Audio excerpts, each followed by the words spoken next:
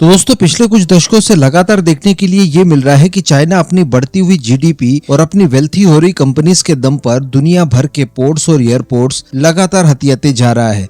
आप दुनिया के किसी भी रीजन में चले जाइए, वहां पर चाइनीज कंपनीज द्वारा एक्वायर किए हुए पोर्ट और एयरपोर्ट आपको देखने के लिए मिल जाएंगे और ये सारे पोर्ट और एयरपोर्ट और इस तरह के बाकी के इंफ्रास्ट्रक्चर उसकी जीडीपी में और बड़ा योगदान देते हैं। अभी तक समस्या ये थी कि भारतीय कंपनियां इतनी भी वेल्थी नहीं थी कि चाइना को इस मामले में कंपटीशन दे पाए, लेकिन पिछले कुछ समय से लगातार देखने के लिए ये भी मिल रहा है कि अब भारतीय कंपनियां इस ओर ध्यान दे चुकी है और इस क्षेत्र में बड़ा करने के लिए अब उनके पास कैपेबिलिटीज भी आ चुकी है।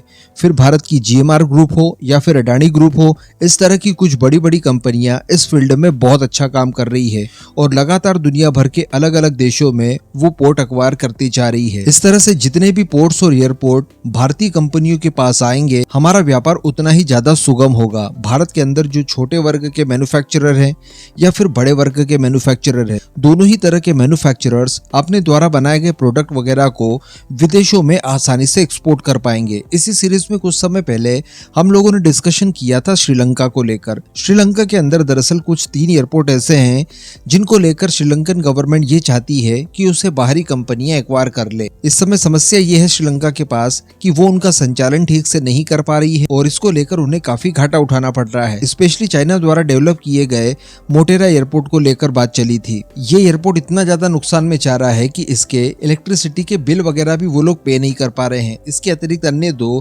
इंटरनेशनल एयरपोर्ट्स भी हैं जिनको लेकर भारतीय कंपनियों द्वारा अब बिडिंग लगानी शुरू कर दी गई है। लेकिन इसी बीच एक और मौका निकल कर आया है और ये मौका जुड़ा हुआ है नेपाल से। दरअसल श्रीलंका के मोटेरा एयरपोर्ट की तरह ही एक और सबसे खराब एयरपोर्ट चाइना द्वारा नेपाल के अंदर भी बनाया गया है और इस एयरपोर्ट के अंदर भी बिल्कुल वैसी समस्याएं आ रही है। बिल्कुल भी यहाँ पर ट्रैफिक है ही नहीं और जो एयरपोर्ट अथॉरिटी है वो काफी ज्यादा लॉस में चल रही है। इवन इसे तैयार करने के लिए जो चाइना द्वारा इन्होंने लोन लिया था उसे भी अब भरना इनके लिए मुश्किल हो गया है। हालांकि काफी लंबे समय से नेपाल द्वारा इस विषय में ज्यादा कोई डिस्कशन नहीं किया गया था और ज्यादा जानकारियां नहीं दी गई थी, लेकिन जब वहां की अपोजिशन पार्टीज द्वारा इस बारे में सवाल किया गया तो इसके जवाब में उन्होंने कुछ इंपॉर्टेंट बातें कही जो कि भारत के लिए एक बड़े मौके से कम बिल्कुल नहीं होगा।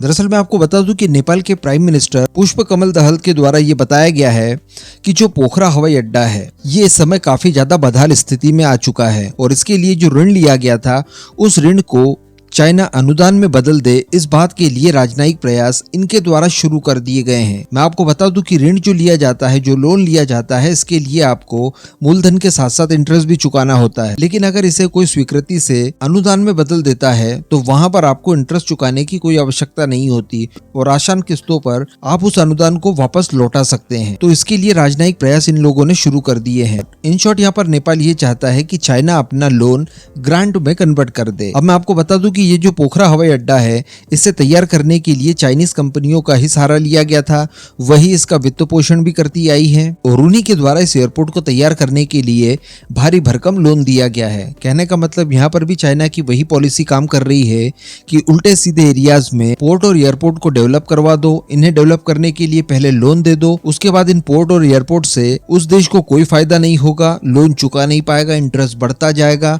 और इस तरह की स्थिति आ जाएगी कि ये पोर्ट चाइना को लीज पर लेने का एक मौका मिल जाएगा। अब अगर चाइना अपने द्वारा दिए गए लोन को ग्रांट में कन्वर्ट करता है तो वो ऐसे तो नहीं कर देगा, इसके बदले उसे भी तो कुछ चाहिए होगा। तो यहाँ पर संभवतः वो इस एयरपोर्ट को अपने लिए लीज पर लिखवा लेगा। तो जिस तरह से पाकिस्तान का ग्वादर पोर्ट है या फिर श्रीलंका के अंदर हम्बनटोटा पोर्ट है, इस तरह की स्थिति में पोखरा एयरपोर्ट भी आ चुका है जो कि नेपाल का है। अब अभी तक चूंकि इसके बारे में ज्यादा जानकारियां पता नहीं थी, लेकिन अब चूंकि नेपालियन गवर्नमेंट की तरफ से ही इसको लेकर सारी स्थितियां क्लियर कर दी गई है तो डेफिनेटली अब इन सब चीजों से निजात दिलाने के लिए भारतीय कंपनियां यहाँ पर अपने लिए अवसर तलाश सकती है। भारतीय कंपनियां इतनी सक्षम है कि अगर वो चाहे तो चाइना के इस लोन का सेटलमेंट नेपाल से अपने जरिए करवा सकती है और इसके बदले इस एयरपोर्ट को अपने नाम करवा सकती है और इसके संचालन की सारी गतिविधियां अपने अनुरूप कर सकती है। मैं आपको बता दूं कि ये कोई ऐसा वैसा एयरपोर्ट नहीं है, इंटरनेशनल लेवल का है।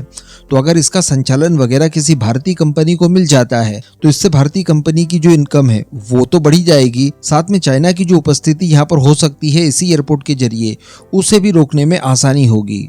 दरअसल मैं आपको बता दूं कि 21 मार्च 2016 को नेपाल और चाइना के बीच में 1.3 चाइनीज युआन का एक समझौता हुआ था, यानी 1.37 बिलियन युआन का चाइना इन्हें लोन देगा और ये लोन दिया गया था वर्षों 2036 तक के लिए। 1 जनवरी 2023 को ये एयरपोर्ट चालू हो गया। उसके बाद कुछ चार्टर्ड विमान यहाँ पर आते हैं जो कि चाइनीज ही थे।